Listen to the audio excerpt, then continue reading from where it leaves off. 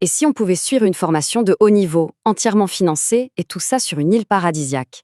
Eh bien, c'est précisément l'opportunité qu'on explore aujourd'hui, la bourse d'études Maurice Afrique. C'est une chance vraiment unique pour les étudiants de l'Union africaine et du Commonwealth. Non, non, ce n'est pas un rêve. Il faut s'imaginer des études de calibre mondial avec tous les frais payés, le tout dans le décor incroyable de l'île Maurice. On parle de bien plus qu'une simple bourse, c'est une véritable invitation à construire son avenir dans un cadre qui inspire vraiment. Bon, pour s'y retrouver, voici notre plan de match. On va commencer par voir en quoi consiste cette bourse. Ensuite, et c'est crucial, on va décortiquer les 2 erreurs qui éliminent la plupart des candidats. Après ça, on verra les critères d'admissibilité, les 5 étapes clés de la candidature, et on finira avec les avantages concrets. Allez, c'est parti! Alors, cette bourse, qu'est-ce que c'est exactement? En fait, c'est bien plus qu'une aide financière. Le programme, dont le nom officiel est Mauritius Africa Scholarship Scheme, ou MAS, c'est un peu comme un billet tout compris pour une éducation de très haute qualité. Très concrètement, il s'agit d'une initiative du gouvernement mauricien destinée aux citoyens des pays de l'Union africaine et du Commonwealth africain. L'objectif, il est simple, permettre de suivre des études à temps plein, directement sur place, dans les meilleures universités publiques de l'île. Ok, attention, on aborde maintenant un point absolument crucial. Chaque année, 90% des candidatures sont rejetées. Et ce n'est pas à cause des notes ou du mérite, non.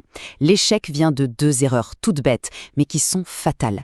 Les connaître, c'est déjà se donner une énorme longueur d'avance. Voilà la première erreur, et c'est écrit noir sur blanc dans les directives officielles. Toute candidature qui ne passe pas par ce qu'on appelle l'agence de nomination est tout simplement ignorée.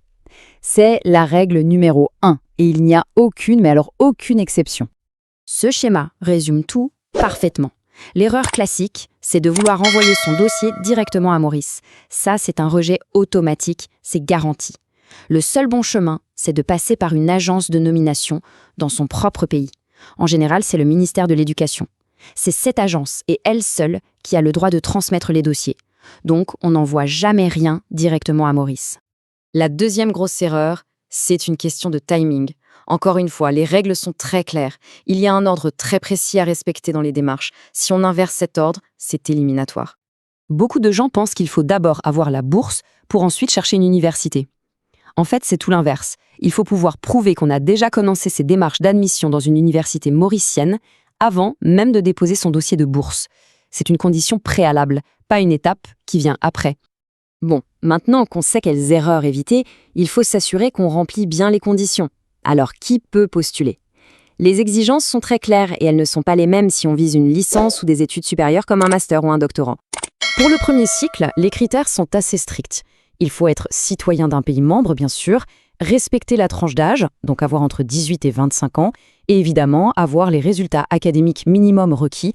Un point important aussi, cette bourse est faite pour obtenir une première qualification à ce niveau.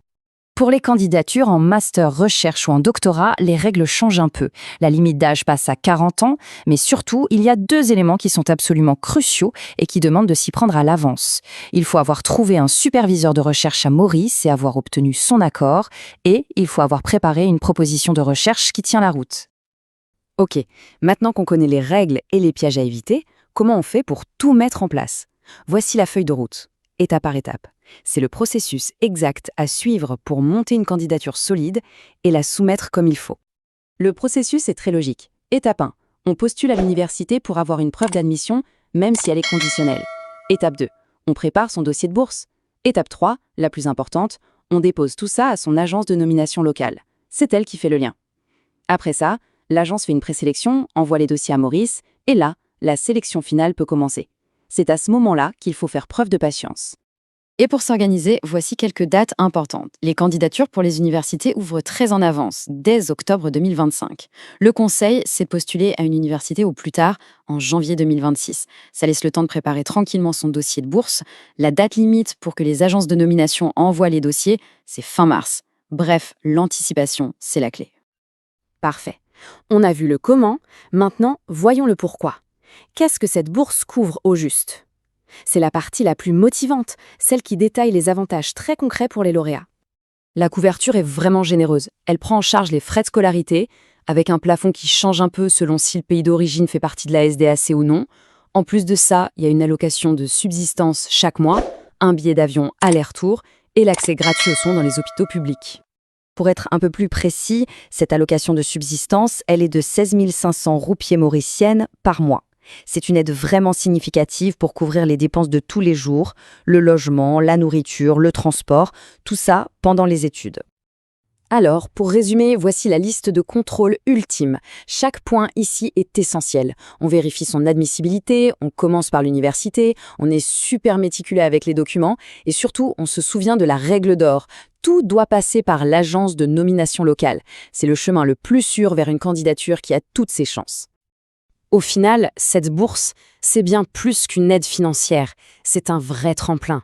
Le parcours pour l'obtenir est exigeant, c'est sûr, mais il est clair. En évitant les pièges, cette opportunité devient tout à fait tangible. La vraie question, ce n'est donc plus comment postuler, mais plutôt quel avenir sera construit par les prochains lauréats.